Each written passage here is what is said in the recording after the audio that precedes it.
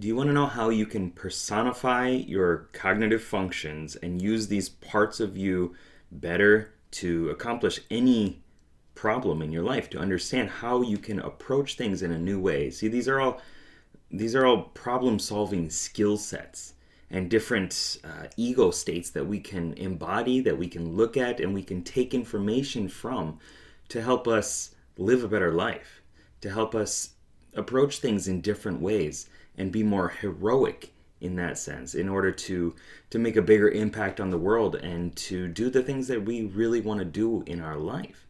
So if you're struggling with something, go on this little journey here with me, and I'll tell you how I use the cognitive functions and how you can do something similar.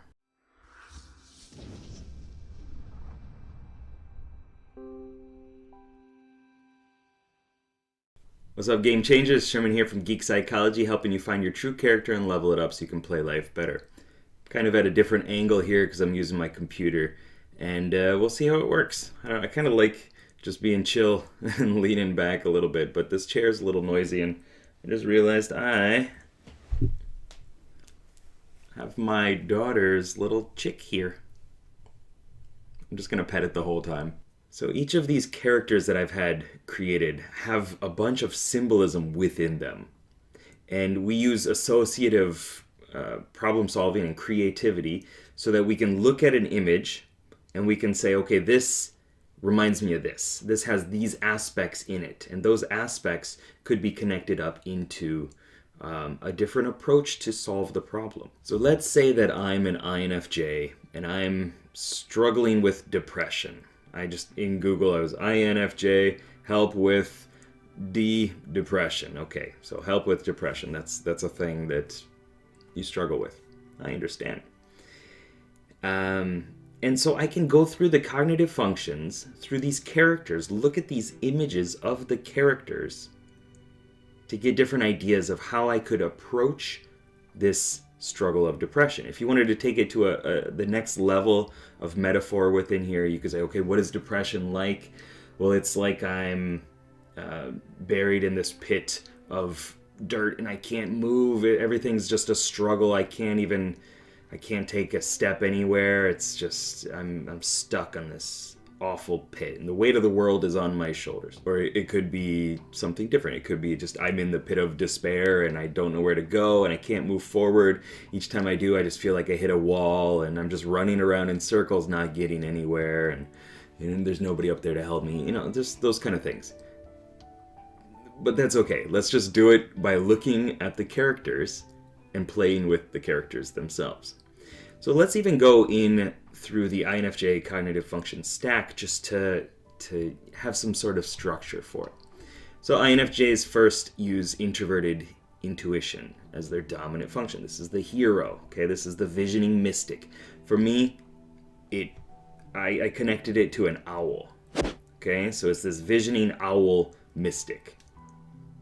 And I know we're playing with animals here, but also we're playing with models for understanding the world that isn't real anyway. So just let's do it, okay? Embrace the creativity, embrace the fun of this.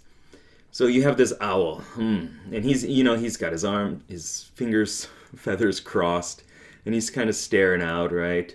So how could he help me with my depression? Let's say I'm an INFJ, or let's say I'm coaching or counseling an INFJ.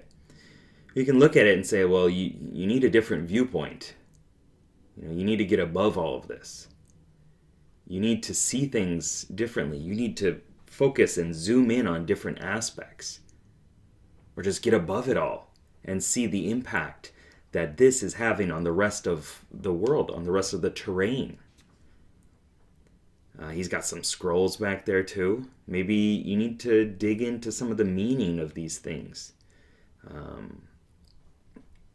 So you see how there are just a couple quick different ways of looking at it. Quick different springboards for new perspectives and problem-solving techniques. What if we went into the auxiliary function or the mentor? Okay, so this is the unifying envoy.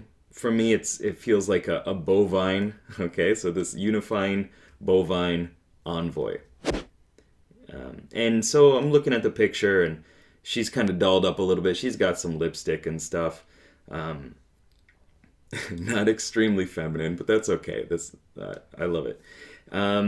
So if I'm looking at this, then maybe I need to, in order to get out of the depression, or to deal with the depression, whatever the metaphor is, I need to provide for more people.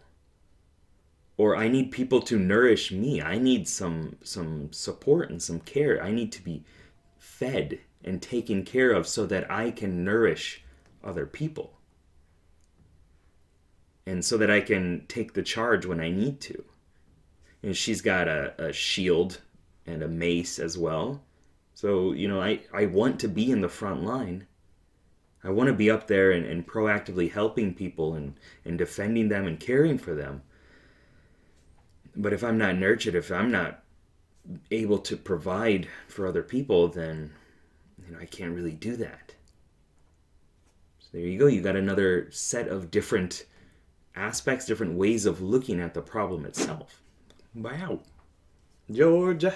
So then if we were to go to the tertiary function, this newbie sidekick, for the INFJ, it's introverted thinking. Introverted thinking is about getting really granular on the information and understanding the system of how all these things work together.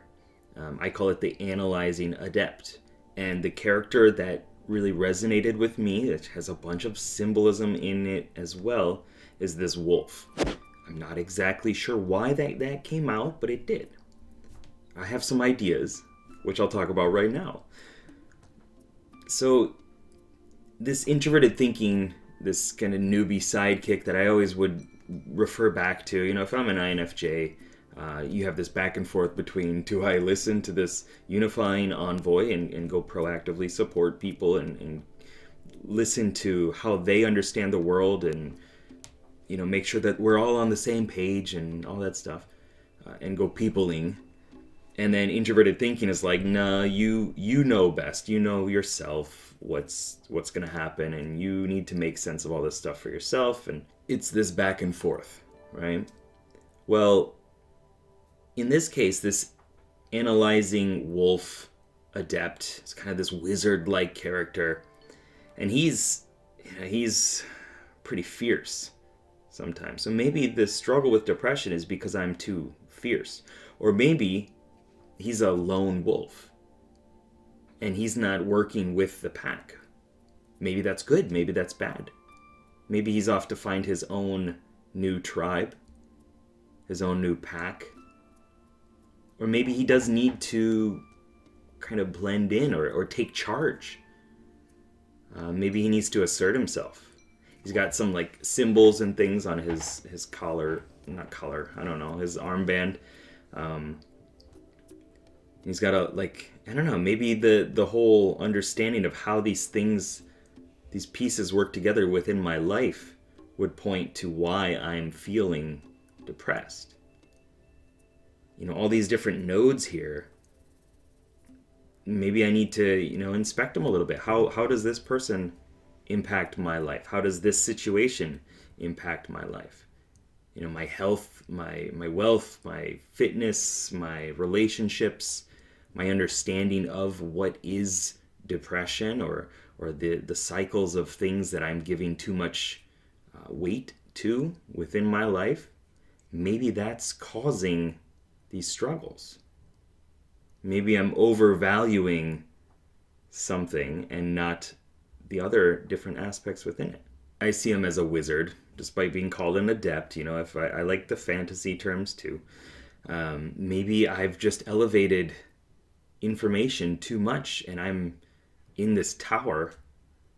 I'm up there studying and using all this high-minded stuff and not actually coming down to the more natural realm of things and getting experience.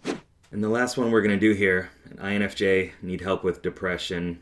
Just as a random example, the inferior function or aspirational function, I call it the maverick because it's this aspect of yourself, kind of like Raphael from Ninja Turtles. He's on the team, he's part of the crew, but he just does his own thing sometimes and it causes some issues. So I'm looking at this engaging adventurer, and in this case it's an engaging tiger adventurer. He's got these two hammers, he's ready to jump in there and take some action.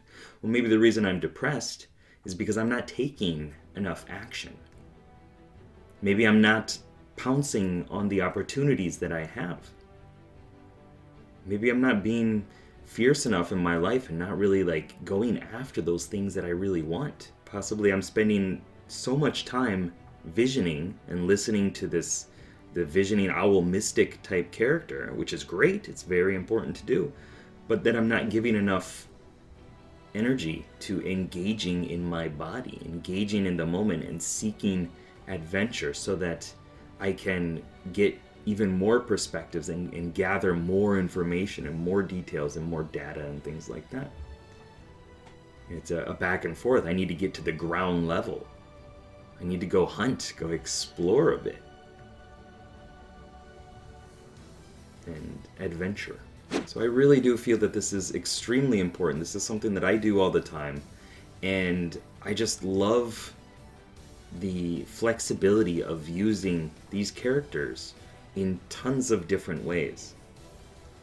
So if you want my procedure for creating these characters, it's not too complex, but you can click on the description below and you can go in and get the playbook for the game that I'm making. Or you can just go to the website geekpsychology.com and you can look at the types. You'll see visioning mystic or innovating explorer, and just throw the animal type in there that resonates best with you.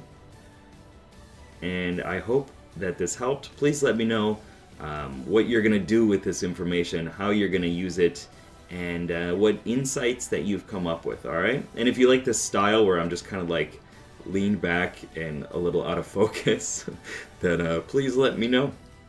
Keep up the lifelong questing. Good luck, have fun. Peace. I have nowhere to look down and escape except in here.